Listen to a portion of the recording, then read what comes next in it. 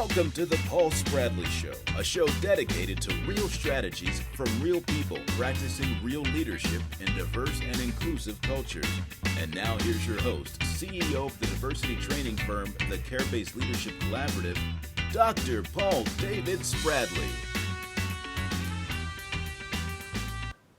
Welcome back to the Paul Spradley Show. I'm so happy that you're here. My guest is Donnie Gray. We actually had the opportunity to start a conversation last time, and we needed to bring him back because the conversation was that good. It was that good, and we didn't even get to everything. So, Donnie, welcome back to the show. Thank you. Thanks for being here, man.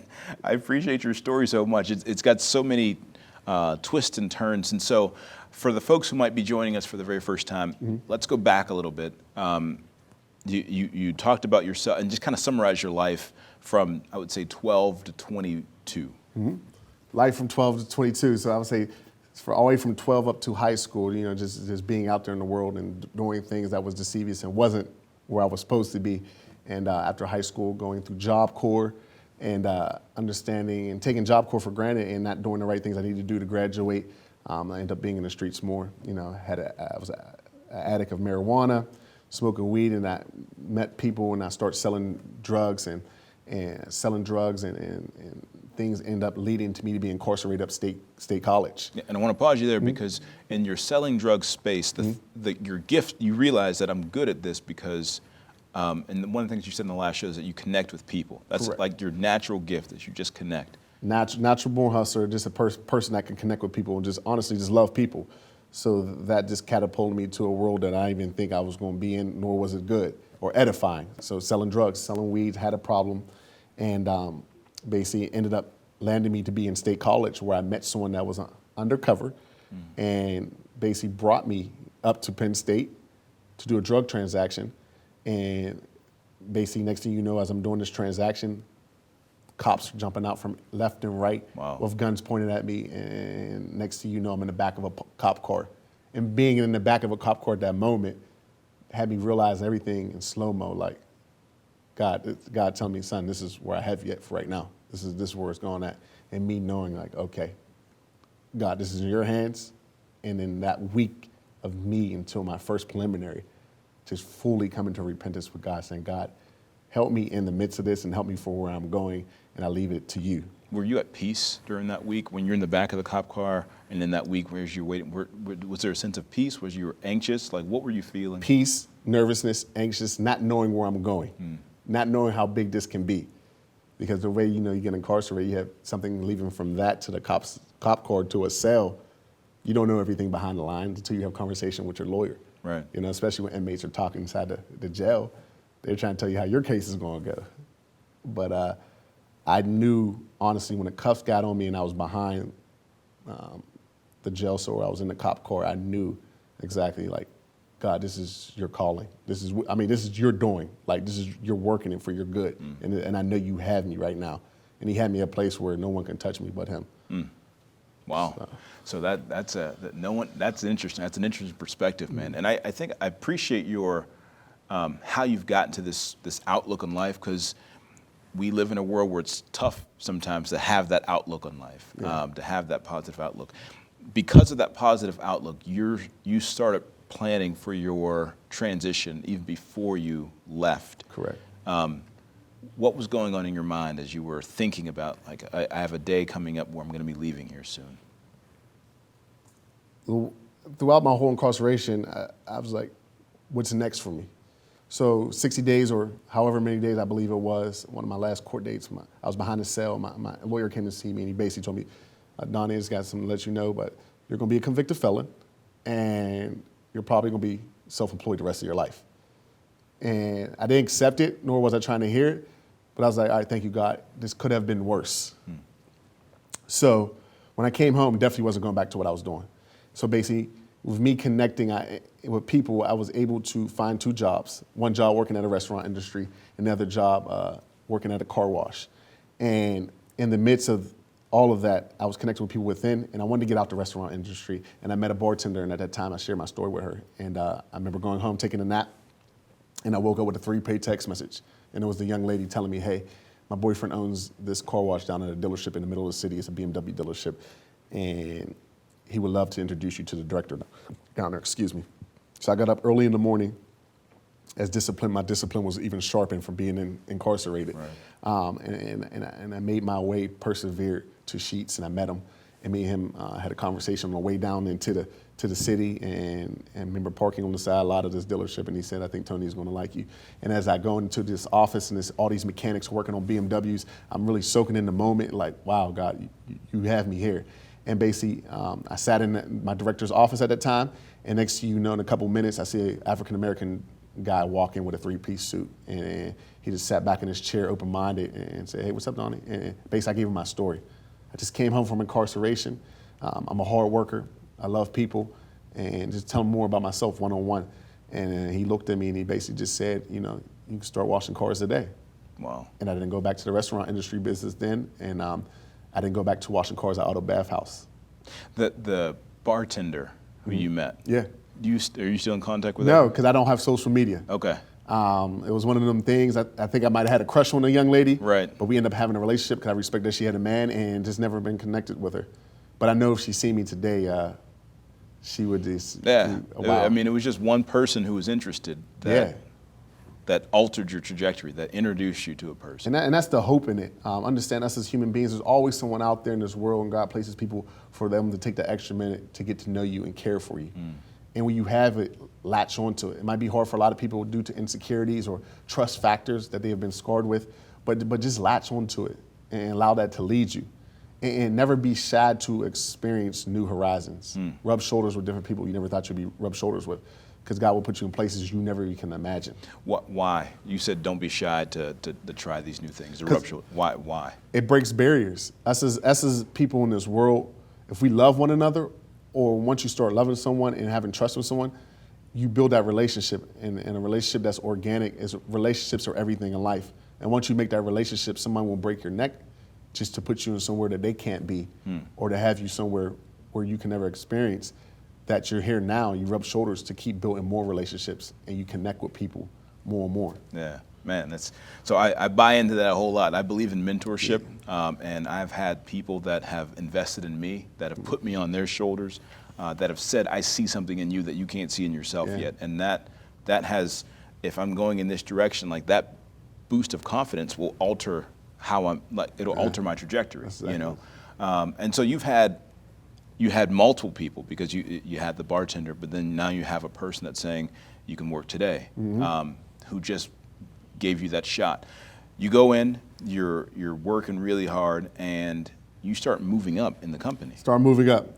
I remember washing cars for 2 weeks, and next thing you know, someone came down and said, big man, I want to talk to you. I go up in his office, and he sat back, and he basically just told me, from watching from afar, Donnie, you're just an excellent worker. You know, always smiling, always on time, and you're here putting in work. And he tossed me a BMW Polo and said, you don't have to wash cars no more. From that time, from there on, I was a BMW lot attendant. Basically, I was working bell to bell, but I was making a name for myself for the people at the dealership, the service advisors, the people around just seeing me. That's the kid always smiling, making a name for myself even with the clients. And then from there on, I was doing that about 2 years. And in that time, being for 2 years, they trusted in me. I would do knucklehead things like wreck cars or speed in cars, and I would get slapped, written up, things of that sort, held accountable for these. Yeah. And that basically instilled in me ownership, accountability, and son, you have something serious here, take it serious. And basically, as I was going through those 2 years, it started developing to more positions at the dealership. Getting switched over to the sales floor. And basically, I was shared in the last segment, was I was able to connect with people at my old job, washing cars that were convicted felons, and I was able to bring one of those fellows over to work with me. And for me and him to work together at a BMW dealership, knowing our story was impactful for him and I. Yeah, coming from different. What you're doing now is you're creating mobility. Your social capital is what you're sharing, but you're creating mobility opportunities for people who are commonly understood as the other. They're the least of these. You're a convicted felon, and so there's folks that say you don't deserve to work, things like that. What would you say what's one thing you wish people knew or did for people who were incarcerated? Always, it's about someone's character, integrity. People ask me all the time, people that I might know that have came home from incarceration, and they basically said, if I go out to a job, what should I fill on the job application? Basically, I told them, skip the box. And basically, I would tell them, if you come to work every day, you give it your all for their clients or for the company in your own time, and you're a person working better to better your life, and they have the nerve to hit you 2 years down the road, like, oh, we found out you're convicted, let those people know, did it ever affect who I was as a human being, that my name was on the paper or my box was checked. So I would say keep pressing on, and basically it's never about what your past is, it's about what your future is. And if you are judging someone off of what their past is, we will all be judged. Yeah, that's true. And what would it be like to judge someone? One of our first guests on this podcast said, imagine being judged for the rest of your life for the worst thing that you've done, right? Which is oftentimes how we unconsciously, like that's our unconscious bias that kicks in. Like, I'm going to judge you for the rest of your present based on this one thing that you might have done in the past. You talked about this idea of being honest about who you are when you're applying for jobs. So in your mentorship for people who have convictions, who've spent time incarcerated, you're now doing social advocacy work on this Ban the Box.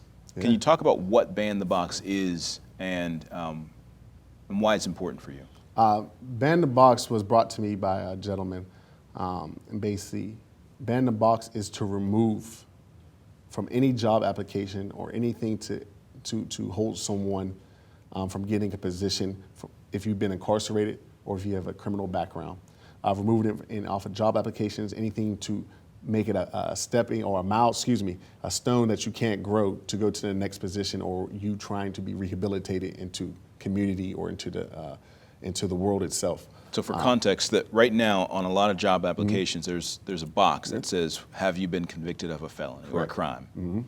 And you're saying the hope is to have that removed. Removed, correct. Have it removed completely, and continue to go on the job application, and let the interview be an organic type of interview, as far as tell me about yourself, or what can you contribute to the business. But basically, not the question never popping up of, have you been convicted, or do you have a past? Why not? So I'm a business owner, and I feel like I need to know that in case I want to have you around money. Or it's like, why can't I, as a business owner, know if you've been? Like, why do you think that that should be taken off of? Because I feel as though it puts a shift into the whole atmosphere of the interview. Okay.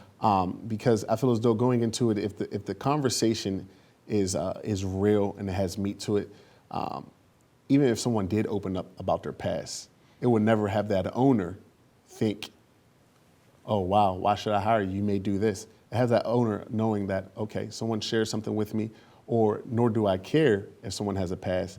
And if I know someone is going to be true to who they are, to my company and to my clients, I would love to have them on board. And basically erasing the slate from what the past is, and it doesn't matter, because all of us fall short of crimes daily.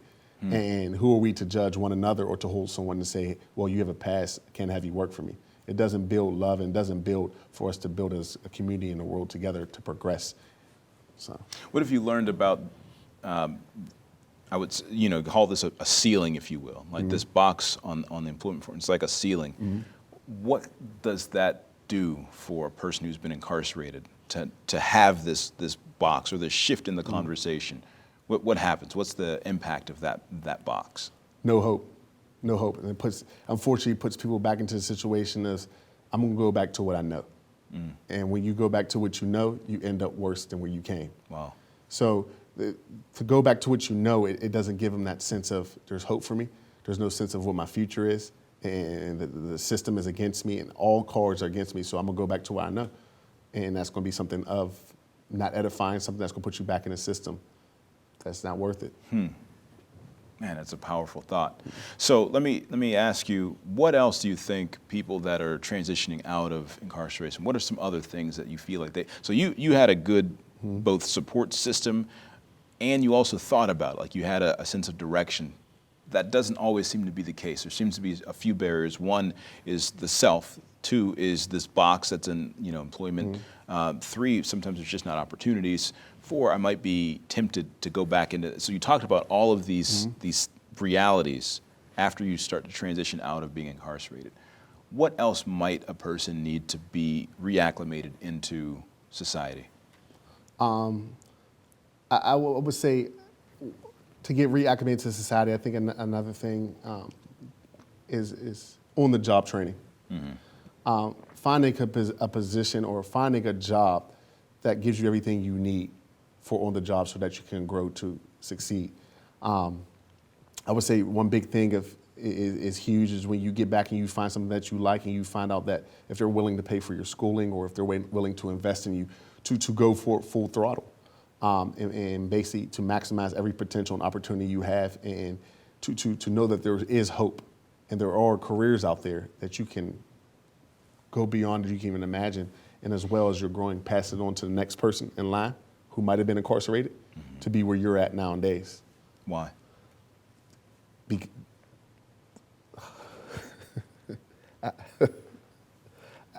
I think it's what makes a difference in the world. Yeah? Yeah, I think it makes a difference in the world because you're giving other people a chance to grow, and I think that's what's most important. So what would you say is your worldview? Like right now you understand that as it relates to people. Yeah. How are you coming into the conversation? And I don't want to tell you what I'm assuming, what I'm thinking, but how are you coming to the conversation as it relates to people? What's the takeaway for the person that's listening who may not have a person in their life or their circle that is incarcerated or was incarcerated? But it's almost like you have a message, like your life story is a message. What would you say that is? I would say honestly, the message is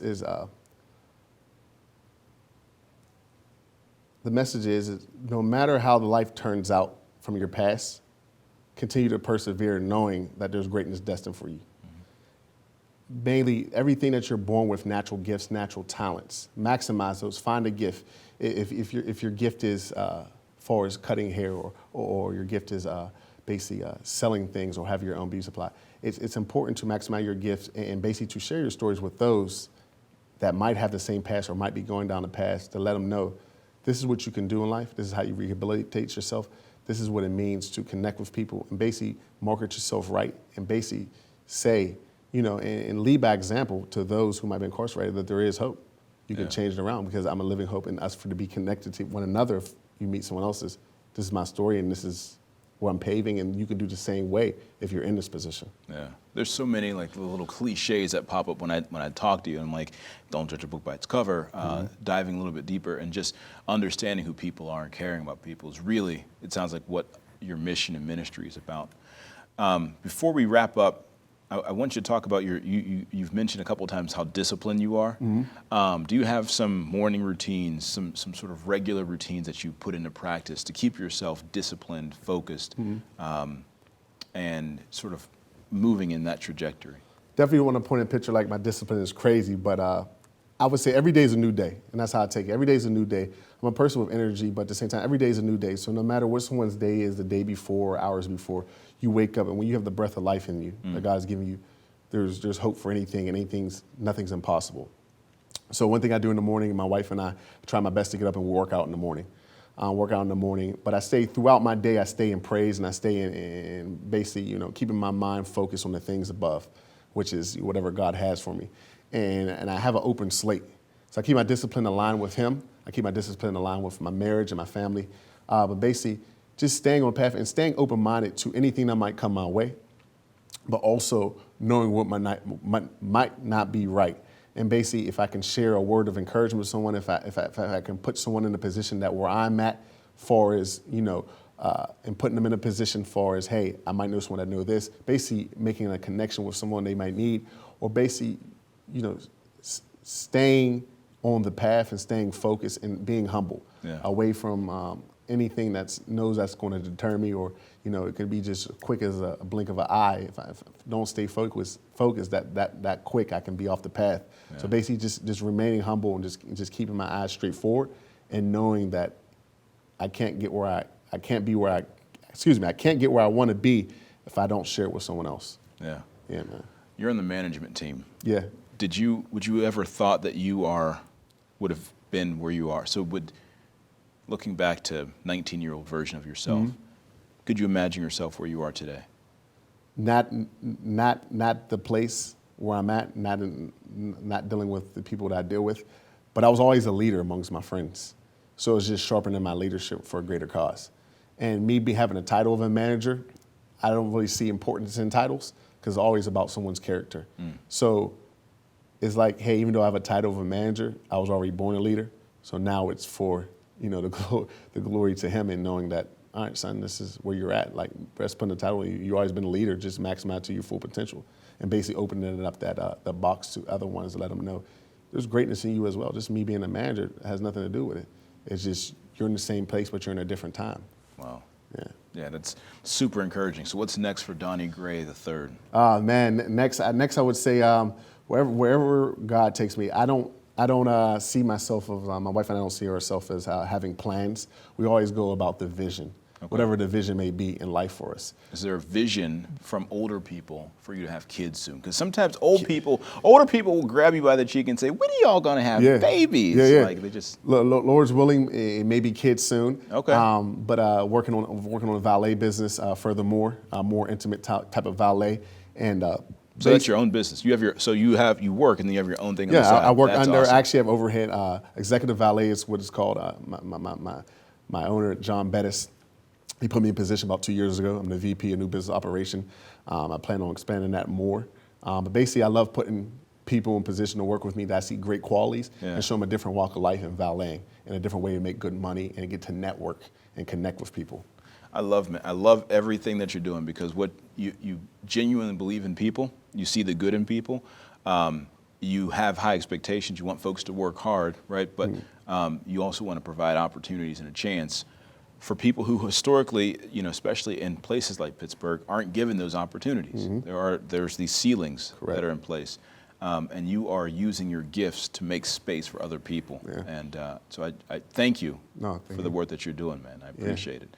You're having a big impact in the region as well too. You're not on social media anywhere, so if people wanted to continue the conversation, just talk with you, like, is there a way to connect with you? Yeah, you can. Yeah, I don't do social media. As I was sharing with my brother here, I like to connect just like one-on-one. Yeah. And just in an organic way. So you can always connect with me at my email. It's Donnie DONNIE .Gray at PANDW foreigncars.com. That's my work email. And once we have a relationship, you connect with me. You can have my personal number, but I'm not going to put my personal number out there. So you can connect with me off my email. It's 555. Yeah, right? No, so that's great, man. So we'll put your email address in the show notes and things like that. I appreciate it. Thank you so much for the work that you're doing, brother. Thank you, brother. And this has been a pleasure having you on the Paul Spradley Show. That's our time. This show, the Paul Spradley Show, is available on YouTube, iTunes, Google Play, Spotify, and everywhere that podcasts are distributed. Also, my team and I would love to host a training at your place of work. So I'm Dr. Paul Spradley on social media. You can find me. I would love to talk about how we can work together. Have a fantastic week. Keep on learning. Keep caring.